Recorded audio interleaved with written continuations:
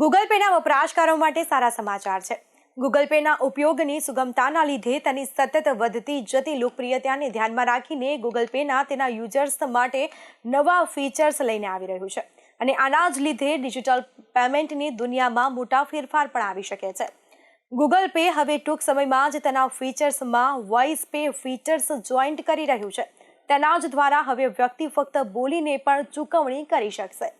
માર્કેટમાં કોઈ પણ કંપની પાસે આ પ્રકારનું વોઇસ પેમેન્ટ ફીચર નથી અને આ ગૂગલ પેની આગવી પ્રોડક્ટ છે.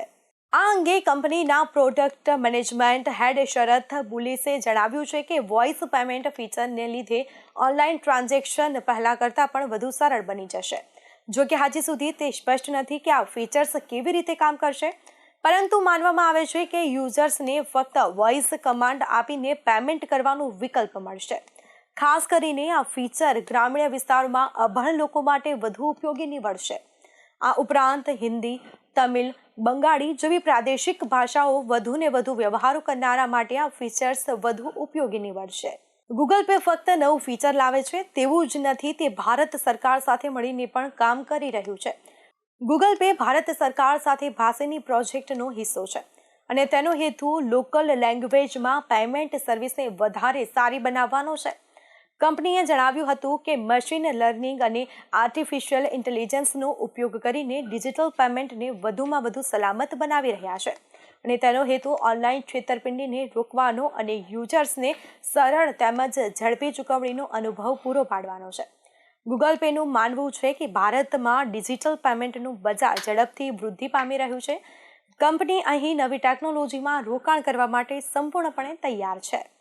ગૂગલ પેનું આ નવું ફીચર ડિજિટલ પેમેન્ટના જગતમાં ગેમ ચેન્જર સાબિત થઈ શકે છે અને તેના જ કારણે તે લોકોને ફાયદો થશે જે ટેકનોલોજીનો ઉપયોગ કરવામાં સહજ નથી.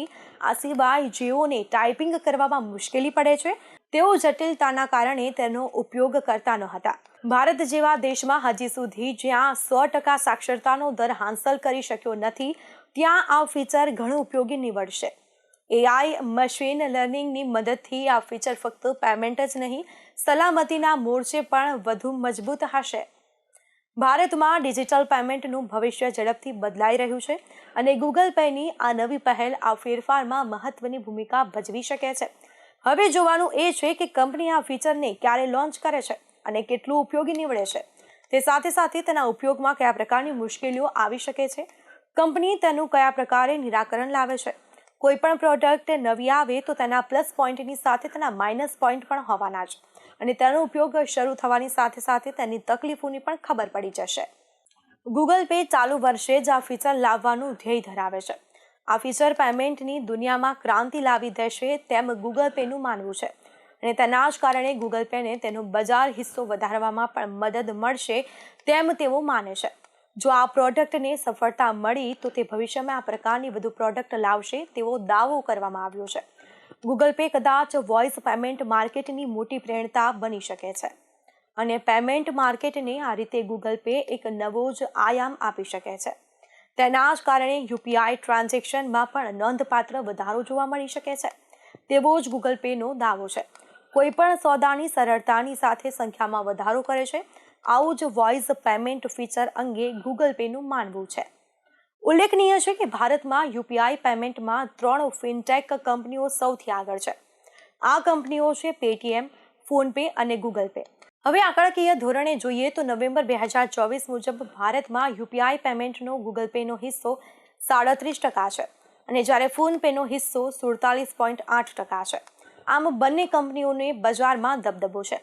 પેટીએમ પણ નોંધપાત્ર હિસ્સો ધરાવે છે, પણ ગૂગલ પે અને ફોનપેના સામનો કરવો કોઈ પણ નવા ફિનટેક સર્વિસ પ્રોવાઇડ માટે સરળ નથી.